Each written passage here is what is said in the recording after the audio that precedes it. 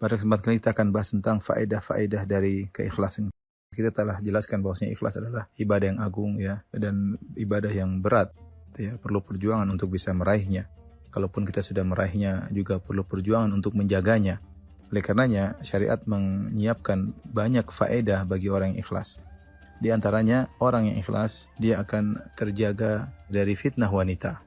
Dan ini sebagaimana yang pernah dialami oleh Nabi Yusuf alaihissalam ketika dia digoda oleh wanita yang sangat cantik jelita yang konon namanya adalah Zulaikha, yang terkumpul padanya kecantikan, kemudian di dalam kamar yang tertutup tidak ada yang melihat.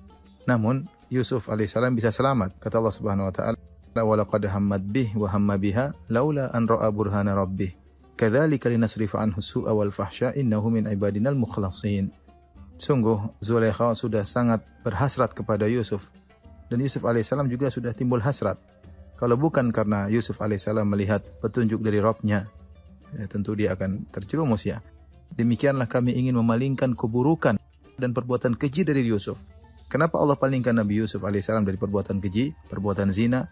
Innahu min ibadinal mukhlasin. Sungguhnya Yusuf termasuk dari hamba-hamba kami yang terpilih.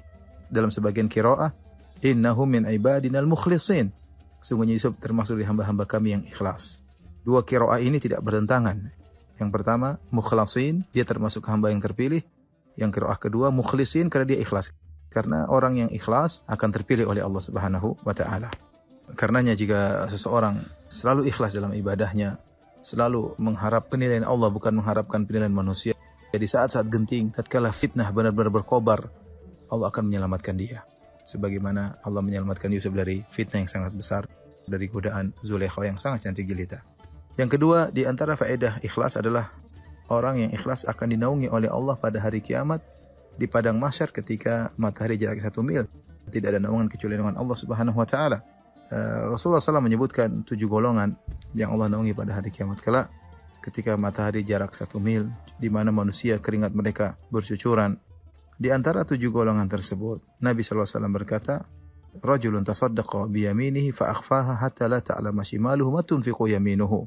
Seorang yang dia bersedekah dengan tangan kanannya, kemudian dia sembunyikan sedekahnya sampai-sampai tangan kirinya tidak mengetahui apa yang disedekahkan oleh tangan kanannya.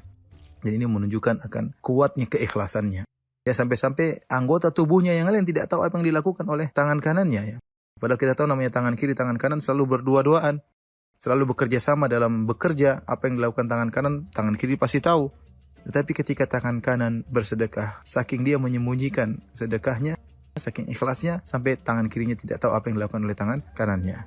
Apa akibatnya di akhirat? Gara-gara keikhlasan yang luar biasa ini, maka Allah naungi dia pada hari kiamat di bawah naungan yang tidak naungan kecuali naungan Allah Subhanahu wa taala.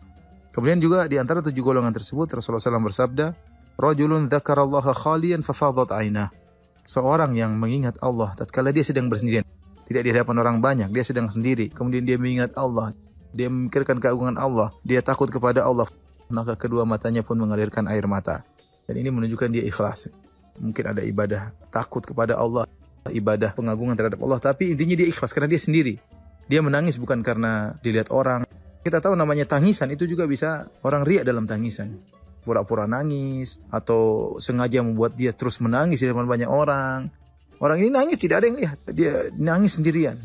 Menunjukkan dia ikhlas ketika menangis tersebut ya. Dan ternyata Allah naungi dia pada hari kiamat kelak. Di antara faedah keikhlasan, orang yang ikhlas, maka amalan-amalan yang bersifat duniawi bisa mendapatkan pahala.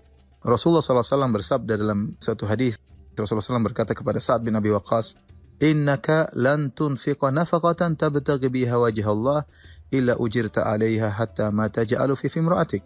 Tidaklah engkau menginfakkan satu nafkah dengan syarat engkau mengharapkan wajah Allah, itu ikhlas, kecuali kau akan diberi ganjaran oleh Allah Subhanahu wa taala. Bahkan apa yang kau suapkan makanan ke mulut istrimu, kalau kau mengharapkan wajah Allah, yaitu ikhlas, kau akan dapat pahala. Ini luar biasa. Dengan niat yang ikhlas, banyak rutinitas kita harian berpahala di sisi Allah Subhanahu wa taala.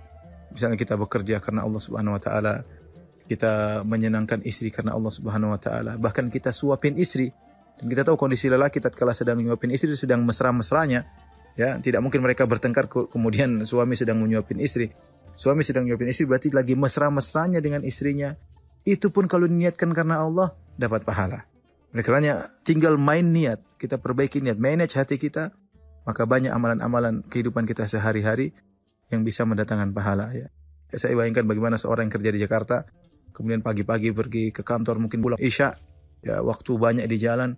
Kalau dia niatkan kerjaannya karena Allah, semoga semua apa yang dilakukan berpahala di sisi Allah Subhanahu wa taala. Dan ini di antara faedah yang agung dari keikhlasan. Wallahu ta'ala alam bisawab.